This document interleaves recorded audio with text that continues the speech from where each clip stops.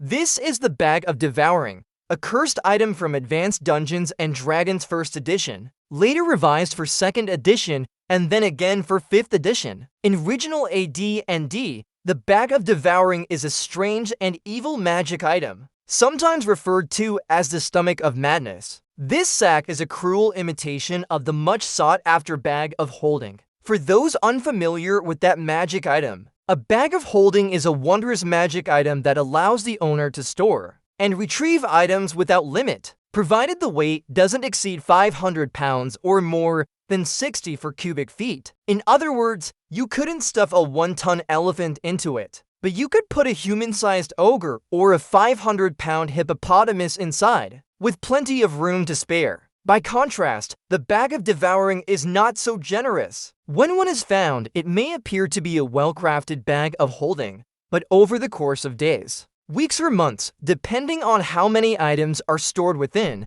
things begin to go amiss. One noticeable sign is that when items are stored inside, they don't feel quite right upon retrieval. Swords may be coated in a thin layer of slime, and a wizard's spell components may stick together uncomfortably. But the most dangerous part of the bag is its insatiable appetite. From time to time, a creature will reach inside the bag to grab an item. Upon doing so, roll a random number between 1 and 6. If the roll matches the number of items stored inside the bag attempts to devour the hand. Victims must make a dexterity check to pull their hand back just in time to avoid being bitten. Those who fail are pulled into the bag and vanish. If a creature is brave or foolish enough to reach into the bag again, they might grab onto the victim's outstretched hand and be pulled in as well. Eventually, enough creatures are taken by the bag that it becomes a vortex of teeth and acid, consuming everything in sight. In AD&D 1E,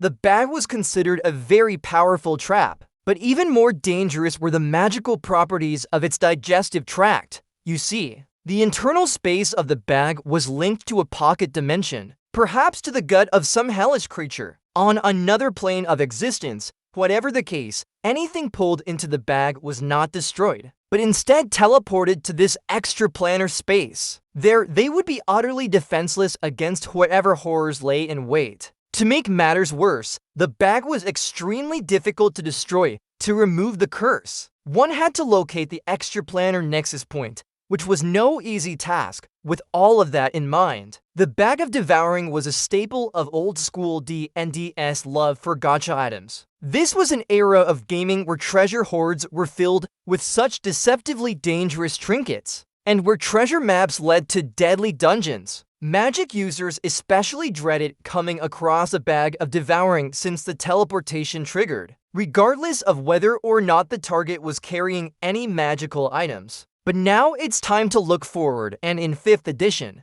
the Bag of Devouring functions very similarly to its 2nd edition counterpart. Here's its full description. Wondrous item. Uncommon curse. This well-crafted leather sack, about the size of a large satchel, is adorned with intricate stitching or faint runes that glow softly in dim light, suggesting magical properties. It feels slightly warm to the touch and emits a faint musky odor when opened. To the untrained eye, it appears identical to a bag of holding, promising to lighten an adventurer's load. However, its true nature is far more sinister. The bag is a living trap, and its interior is a portal to a ravenous entity that hungers for both objects and living creatures. I hope you enjoy listening to the episode as much as I enjoyed writing it. Now, are you a fan of the Bag of Devouring? Did you ever find one in your games? Let me know in the comments below. Thanks for watching, and I'll talk to you all again real soon.